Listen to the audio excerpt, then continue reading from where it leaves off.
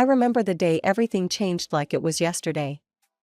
I was just 9 years old, sitting at our kitchen table, when Mom and Dad sat down with serious faces I'd never seen before. Dad reached for my hand, his own trembling slightly. "Amber, sweetheart," he said, his voice barely above a whisper. "I need to tell you something important." That was the day we learned about the cancer. I didn't fully understand what it meant then, but I understood enough to know that my world was about to turn upside down. For the next 2 years, our cozy house became a revolving door of doctors, relatives, and well-wishers. I watched my father, once strong and vibrant, slowly fade away. Mom tried to keep things normal, but nothing was normal anymore. She'd force smiles during the day, but at night, I'd hear her crying in their bedroom. I'd sit outside their door, wanting to go in, but not knowing what to say. When Dad passed away, I was 11. The funeral was a blur of black clothes and hushed voices. Mom held my hand so tight it hurt, but I didn't mind. I thought we'd get through it together. I was wrong. A week after the funeral, Mom sat me down again, this time alone. "Amber, I've been talking to your grandmother," she said, not quite meeting my eyes. "I think it would be best if you stayed with her for a little while. Just until I can get things sorted out." "But why can't I stay here with you?" I asked, my voice small. "I need some time alone, honey, to process everything, to figure out how to move forward." She tucked a strand of hair behind my ear, but the gesture felt hollow. "It'll just be for a few months." Grandma Margaret, Dad's mother, picked me up the next day. She didn't say much during the drive to her house, but I could see her knuckles white on the steering wheel. When we arrived at her modest 2-story home, she helped me carry my bags to the guest room. Over the next few months, Mom would call every few weeks. The conversations always followed the same pattern. "When can I come home, Mom?" "Just be patient, sweetie. Just a little longer." "But I miss you." "I miss you too. But this is better for now. You understand, right?" I didn't understand. Neither did Grandma, though she never said it outright. She'd just press her lips together whenever Mom called, her disapproval clear in the way she'd busy herself in the kitchen, banging pots and pans a little louder than necessary. Grandma made sure I never felt unwanted. She'd cook my favorite meals, help me with homework, and tell me stories about Dad when he was young. But no matter how comfortable I was at Grandma's, it wasn't home. I kept waiting for Mom to come back for me, to want me again. After 6 months at Grandma's, Mom finally came for me. I was doing homework at the kitchen table when I heard a car pull up outside. Through the window, I saw Mom step out of an unfamiliar blue sedan. A man I'd never seen before stayed in the driver's seat. "Amber," Mom burst through the door, more animated than I'd seen her since Dad died. Her hair was styled, her makeup fresh, and she was wearing a new dress. "I've got wonderful news." Grandma appeared from the living room, arms crossed. "Sarah, this is unexpected." "Mom, Amber, I want you to meet someone special." Mom was practically bouncing. "Well, he's waiting in the car. He's a bit shy about coming in, but..." She grabbed my hands. "Amber, honey, I'm getting married. His name is Robert, he's absolutely wonderful. A successful businessman, and he has 2 daughters about your age. You'll have sisters, isn't that exciting?" I looked at Grandma, whose face had turned to stone. "Sarah," Grandma's voice was careful, measured. "Don't you think this is a bit sudden?" "Oh, Margaret, when you meet him, you'll understand. He's perfect for us. Amber, he's going to be such a wonderful stepfather to you. And his girls, Emma and Lisa, they're 9 and 10. Their mother passed away 3 years ago, and Robert's raised them alone. We're going to be one big, happy family." I peered out the window at the man in the car. He was staring straight ahead, not even glancing toward the house. "Come on, Amber," Mom said, already gathering my things. "Let's go home. The girls are waiting to meet you." The drive home was filled with Mom's chatter about Robert, the wedding plans, and how perfect everything would be. When we pulled up to our house, the house Dad and Mom had bought together, two girls were sitting on the front steps. They looked like matching dolls, with their identical blonde hair and pink dresses. "Girls," Mom called out, waving. "Come meet Amber." I stepped forward, trying to smile. "Hi, I'm..." "We know who you are," the taller one, Emma, cut me off. Her voice was sweet as honey, but her eyes were cold. "Our dad told us all about you." "Yeah," Lisa, the younger one, chimed in. "But just so you know, he's not going to be your dad. He's our dad. And your mom is going to be our new mom," Emma added with a smile that didn't reach her eyes. "We're going to be one big happy family. Right, Sarah?" "Of course, sweetie," Mom beamed, completely missing the tension. 3 months later, I stood in front of a mirror in a plain blue dress while Emma and Lisa twirled around in matching pink bridesmaid gowns. The wedding was about to start, and I could still hear the echoes of their screaming from earlier. "We won't wear the same dress as her," they'd shrieked when Mom suggested matching dresses for all three of us. "She's not even really part of the family." In the official wedding photos, I'm barely visible, thanks to Emma and Lisa strategically positioning themselves to block me out. As I stared at those photos later, I realized this wasn't going to be the happy family Mom had promised. Life in our blended family quickly settled into a routine. Robert wasn't cruel, he just acted like I was invisible. He'd come home from work, hug Emma and Lisa, kiss Mom, and walk right past me as if I were a piece of furniture. Mom, desperate to prove her devotion to her new husband, showered his daughters with attention while barely sparing a glance my way. The first Christmas after the wedding made it crystal clear where I stood. Emma and Lisa each got new iPads and designer clothes, while I received a basic phone and some discount store sweaters. Thank God for Grandma Margaret. She never forgot me. For my 13th birthday, she gave me a beautiful silver locket with Dad's picture inside. Emma spotted it around my neck at dinner. "That's so pretty," she said, eyes gleaming. "You should share it with me. That's what sisters do." When I refused, I found the locket's chain mysteriously broken the next day. Another time, Grandma sent me a limited edition set of art supplies. I loved drawing, just like Dad had.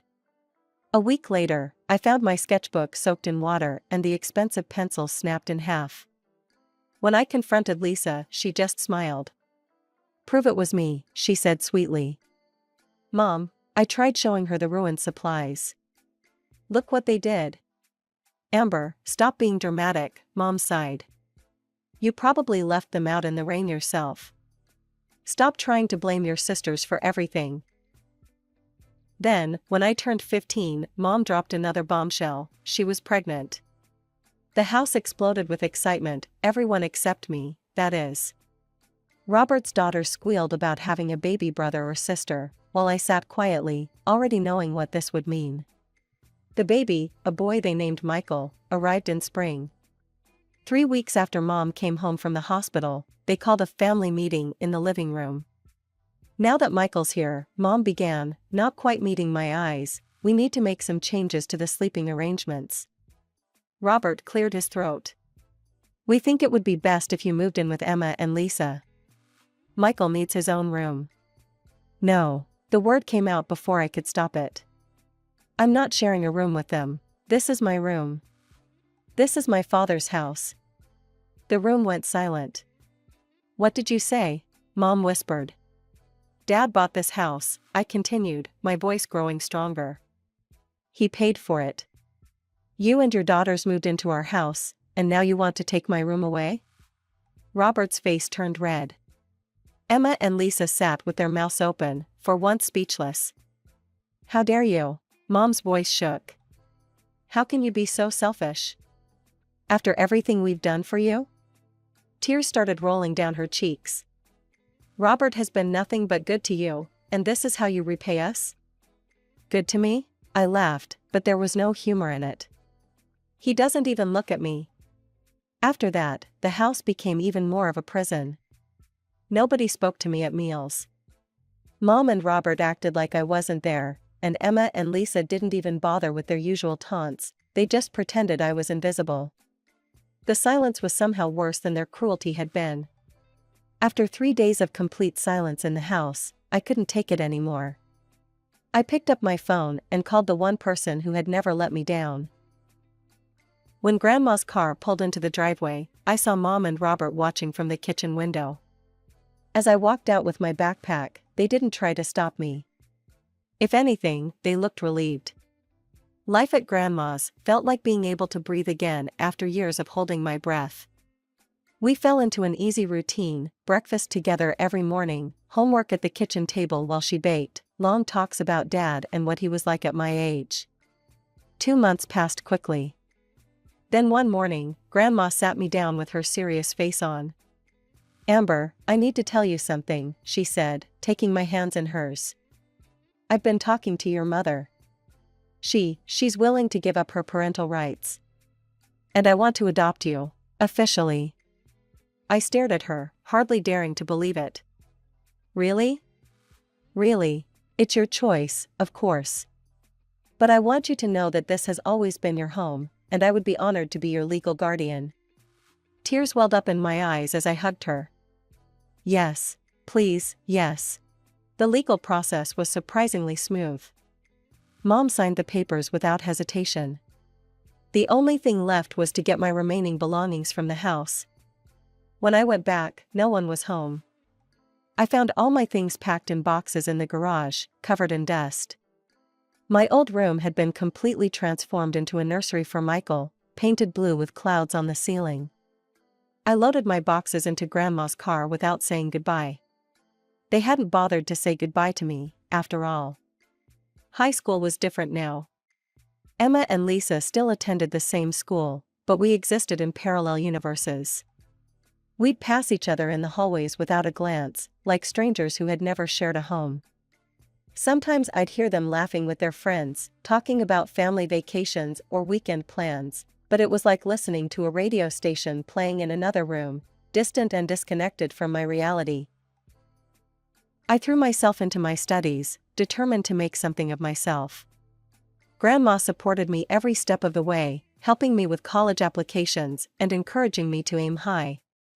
The day my acceptance letter arrived from State University, along with a partial scholarship offer, Grandma was more excited than I'd ever seen her. "I have something to tell you," she said that evening. "I've been saving for your college fund since the day your father died. I wanted to make sure you'd have options." The amount she had saved left me speechless. With the scholarship covering most of my tuition, we decided together to save most of the money for my future. I'd need it someday for grad school, or maybe to start my own life after college. Those first few years of college were transformative. I called Grandma every Sunday, visited during holidays, and finally felt like I was building my own life. My mother, Robert, and their perfect little family became distant memories, like characters in a story I'd read long ago. The call came during my final semester of senior year. "Amber," Grandma's voice was weaker than I'd ever heard it. "The doctors found something." I started making the trip home every weekend after that. Each time, Grandma seemed a little frilier, a little more tired. But she never lost her spirit. "Don't you dare skip any classes for me," she'd insist, even as the hospital machines beeped around her. "I didn't save all that money for your education just for you to play nursemaid to an old woman." When graduation day came, Grandma was too weak to attend. The nurses helped prop her up in her hospital bed, and we set up her smartphone so she could watch the live stream. After I crossed the stage and got my diploma, I looked directly into the camera and blew her a kiss.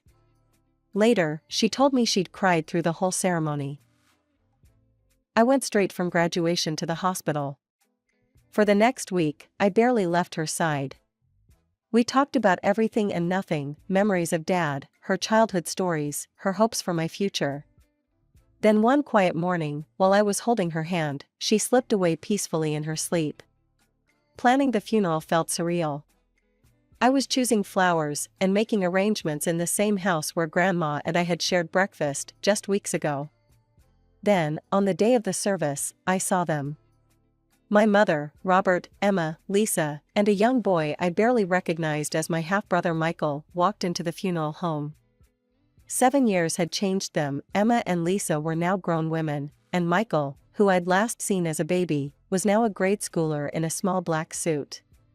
The ceremony passed in a blur. I stood alone by the casket, accepting condolences from distant relatives and Grandma's friends. Then suddenly, Mom was there. "Amber," she said softly, her eyes red from crying. "I'm so sorry for your loss." "Margaret, she was a wonderful woman." I nodded, not trusting myself to speak. "Listen," Mom continued, twisting her hands together nervously, "I know it's been a long time, but would you consider coming to dinner with us? All of us? We'd like to try to make things right." Looking at her face, lined now with age and grief, I felt the weight of all our unsaid words. "I'll think about it," I managed to say. A week later, after meeting with Grandma's lawyer and learning she'd left me everything, the house, her savings, all of it, I made my decision. Maybe it was time to face the past. The house I'd grown up in looked smaller somehow, shabbier. The paint was peeling, the garden overgrown. Inside, Robert, Emma, Lisa, and Michael were waiting around the dining room table. The awkward silence was broken only by the clinking of silverware against plates. "So," Mom finally said, forcing brightness into her voice, "what are your plans now that you've graduated?" I took a slow sip of water before answering. "I'm staying in town, actually. Going to live in Grandma's house." The flash of satisfaction in Mom's eyes was quick, but I caught it. Something about that look made me uneasy, though I couldn't say why. My degree in business administration landed me a position as a junior executive at Wilson & Associates. The salary was more than I'd ever dreamed of making right out of college, and with no rent to pay thanks to Grandma's house, I was able to save a good portion of my earnings. Mom started dropping by regularly, usually with fresh-baked cookies or a casserole. At first, our conversations were awkward, filled with long pauses and careful words. But gradually, she began opening up about their struggles.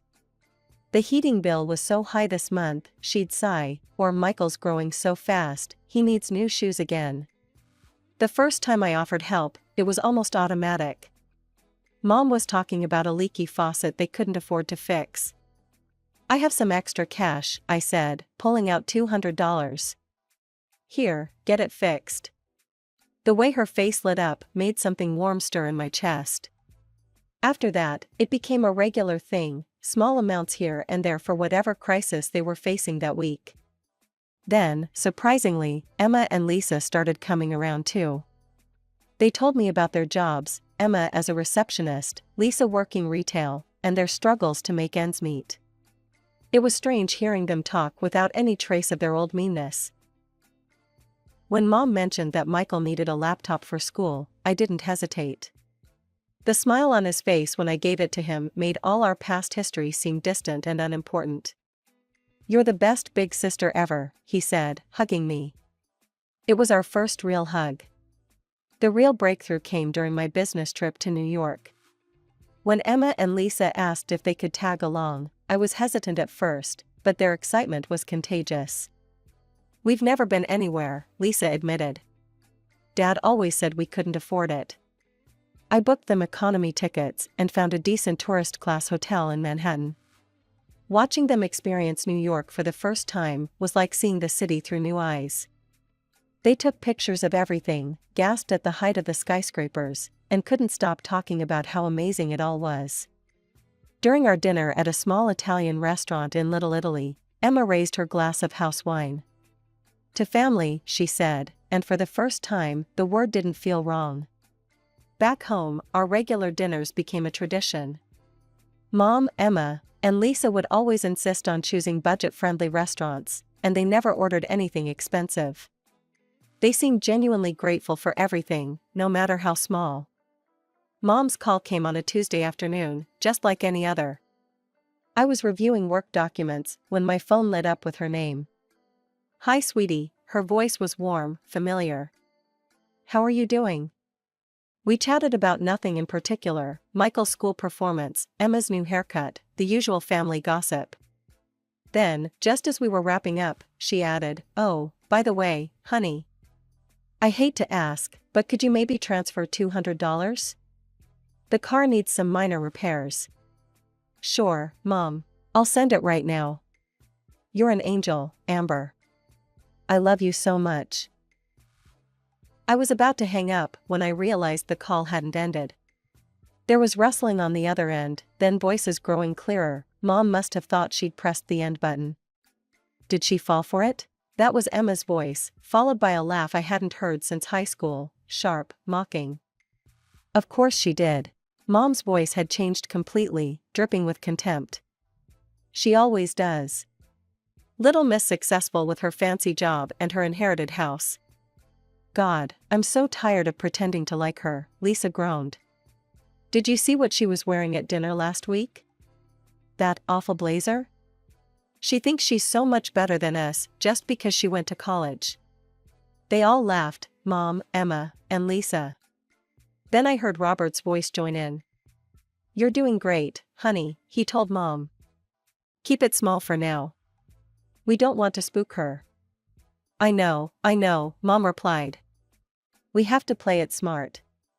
Small amounts here and there build up her trust. Once she completely lets her guard down, then we can really start asking for more. She's loaded now, that house, her savings, her salary. We just need to make sure she spends it on us instead of herself. It's not fair, Emma whined. Why should she have all that money? We deserve it more than she does. Of course you do, sweetheart, Mom said.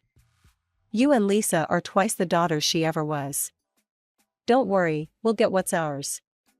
She's too stupid to see what's really going on. Always was, just like her father. I ended the call with a single press of my finger, but their laughter kept echoing in my ears. The family I thought I'd finally found had never existed. It had all been an elaborate performance, with me playing the role of the foolish benefactor. The next morning, Mom's number flashed on my phone screen. Amber, honey. We're having a special family dinner tonight. You'll come, won't you?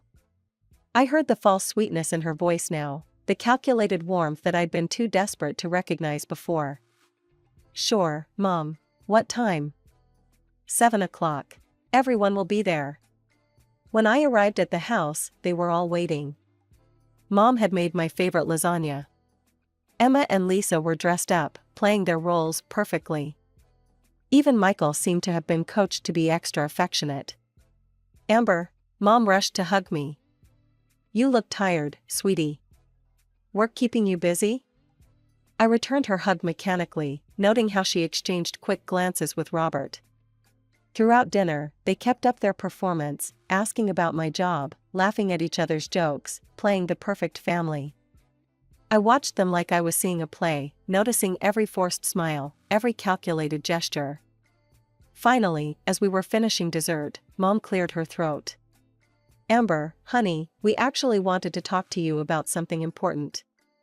She reached for Robert's hand, their practiced move for serious conversations. The house, well, we've had some structural issues come up. The foundation needs urgent repairs. We've gotten estimates, Robert added, trying to sound fatherly. It's going to cost about $10,000. Mom leaned forward, her eyes wide and hopeful. We hate to ask, but since you're doing so well.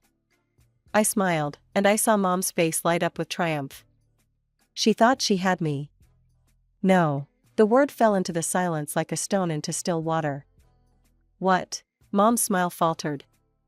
I said no. Not 10,000, not $10. Not another cent. Emma and Lisa exchanged confused looks. Robert sat up straighter. But honey, Mom started, we really need. You forgot to hang up the phone yesterday, Mom, I kept my voice calm, almost conversational. After you asked for that $200. The color drained from her face. Emma and Lisa froze. Even Michael, who probably didn't understand what was happening, stopped eating his cake. I heard everything, I continued. About how tired you are of pretending to like me. About how you've been playing me for money. About how you think I'm stupid, just like my father. I turned to Emma and Lisa. About how you deserve my money more than I do. We were just joking, Lisa burst out. It wasn't serious. Amber, sweetie, Mom reached for my hand. I pulled it away. You're misunderstanding. The only thing I misunderstood was thinking you had changed. I stood up from the table. But you know what? I should thank you. You've finally shown me who you really are, and now I can stop wasting my time trying to build a relationship with people who see me as nothing but an ATM. I walked out of that house for the last time, ignoring their calls behind me. But of course, they didn't give up easily. The calls started that night, first Mom, then Robert, then the sisters. Voicemails, text messages, emails, all begging forgiveness, claiming it was just a joke, that I was overreacting. When I blocked their numbers, they started showing up at my house, knocking on my door at all hours. I knew I needed a clean break. The next morning, I walked into my boss's office. Janet, remember when you mentioned expanding the New York office?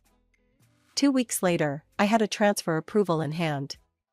I listed Grandma's house with a realtor, and it sold quickly, the market was good, and it was in a prime location. I found a beautiful apartment in Manhattan's Upper West Side, with big windows and a view of the park that would have made Grandma smile. Sometimes, on quiet evenings, I think about them, Mom, Robert, Emma, Lisa, and little Michael. I hope Michael grows up to be different from them. But I don't regret my decision. I learned that family isn't about blood or legal documents. It's about love, real love, not the kind that comes with price tags and hidden fees.